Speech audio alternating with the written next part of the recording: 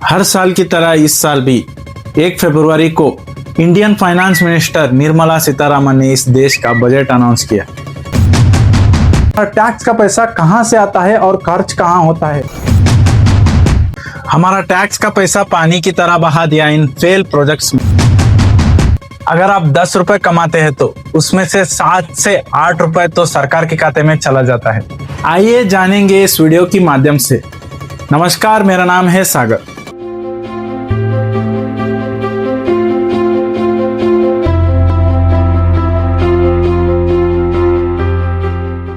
India में mainly 2 तरह का टैक्स होते हैं। पहला डायरेक्ट टैक्स, दूसरा इनडायरेक्ट टैक्स। डायरेक्ट टैक्स जो आप डायरेक्ट गवर्नमेंट को देते हो, जैसे कि इनकम टैक्स हो गया, corporate tax, capital gain tax. Indirect tax यानी कि जो आप चीजें खरीदते वक्त देते हो, जैसे कि जीएसटी, कस्टम्स ड्यूटी। ये बजट असल में होता क्या है? सोचिए, एक बड़ा परिवार है, हर सदस्य घर में पैसे कमाता है, लेकिन पैसे सीमित होते हैं और जरूरतें ज्यादा होती है। कोई कहता है घर ठीक कराना है, कोई कहता है बच्चे की फीस भरनी है, कोई कहता है शादी का खर्चा होगा। अब घर का बड़ा आदमी तय करेगा कि जरूरत सबसे ज्यादा किसे है। यही प्रोसेस बजट है। वैसे आपको पता है ये जो गवर्नमेंट के पास पैसे आता है कहाँ से आता है? जैसे कि आप मानो भारत सरकार का पूरा कमाई है 100 रुपए। अब इस 100 रुपए में से 15 रुपए आता है जीएसटी कलेक्शन से, 14 रुपए आता है इनकम टैक्स कलेक्शन से, 13 रुपए कॉर्पोरेट टैक्स से, 8 रुपए यूनियन एक्साइज ड्यूटी से और 3 रुपए कस्टम ड्यूटी से। ये हुआ टैक्स से आने वाले पैसे। इनके अलावा 36 रुपए आता है सरकार के पास उधार लेने से और 5 रुपए आता है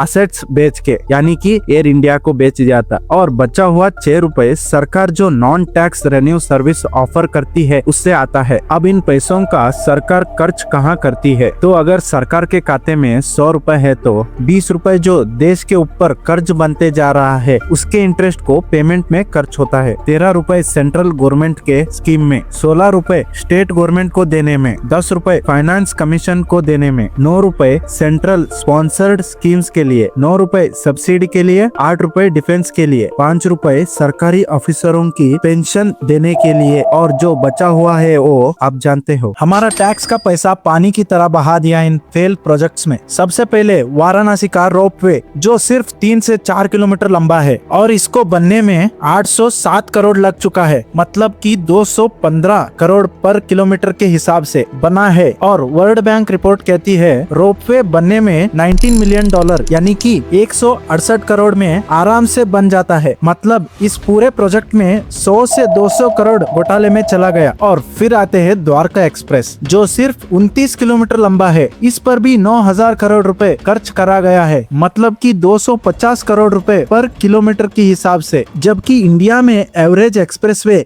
18 करोड़ में बनना चाहिए था, वो 9,000 करोड़ में बन चुका है। इसका मतलब 8,478 करोड़ घोटाले में चला गया है। अगर आप 10 रुपए कमाते हैं तो उसमें से 3 रुपए इनकम टैक्स को देते हैं, 2 रुपए जीएसटी लगता है, 2 रुपए आपका कैपिटल गेन टैक्स लगता है, सेड चार्ज 1 रुपए लग जाता है। मात्र 10 रुपए में से 7 से 8 रुपए तो सरकार के खाते में चला जाता है। और इतना सब होने के बाद भी अगर गवर्नमेंट के पास पैसे कम पड़ जाए तो क्या करेगा गवर्नमेंट? कभी कभार गवर्नमेंट का इनकम कम होता है लेकिन एक्सपेंस ज्यादा, यानी गवर्नमेंट को जितना पैसा मिल रहा है उससे ज्यादा खर्च करना पड़ रहा है। तब गवर्नमेंट क्या करता है? तब गवर्नमेंट लोन लेता है बैंक से, पब्लिक से, फॉरेन इन्वेस्टर से, और इसी वजह से इंडिया पर लाखों करोड़ों कर्ज बनते जा रहा है। तो दोस्तों, अब आप समझ गए होंगे कि हमारा टैक्स का पैसा कहाँ से आता है और खर्च कहाँ होता है। टैक्स से ही रोड बनते हैं, हॉस्पिटल बनते हैं, आर्मी चलता है, स्कूल बनते हैं। लेकिन साथ ये जरूरी है कि गवर्नमेंट की खर्च पर हमेशा नजर रखा जाए, क्योंकि आखिर में ये पैसा गवर्नमेंट का नहीं है, हम सब का पैसा है। अब आप मुझे कमेंट में बताओ, क्या आपको लगता है इंडिया में टैक्स का पैसा सही जगह यूज हो रहा है या फिर सिस्टम में अभी भी बहुत इम्प्रूव की जरूरत है? अगर वीडियो पसंद आया हो तो इसे अपने एक दोस्त के साथ जरूर शेयर करना और ऐसे ही इंफॉर्मेशन वीडियो के लिए मेरे चैनल को सब्सक्राइब कर लो। मिलते हैं नेक्स्ट वीडियो में। नमस्कार, मेरा नाम है सागर।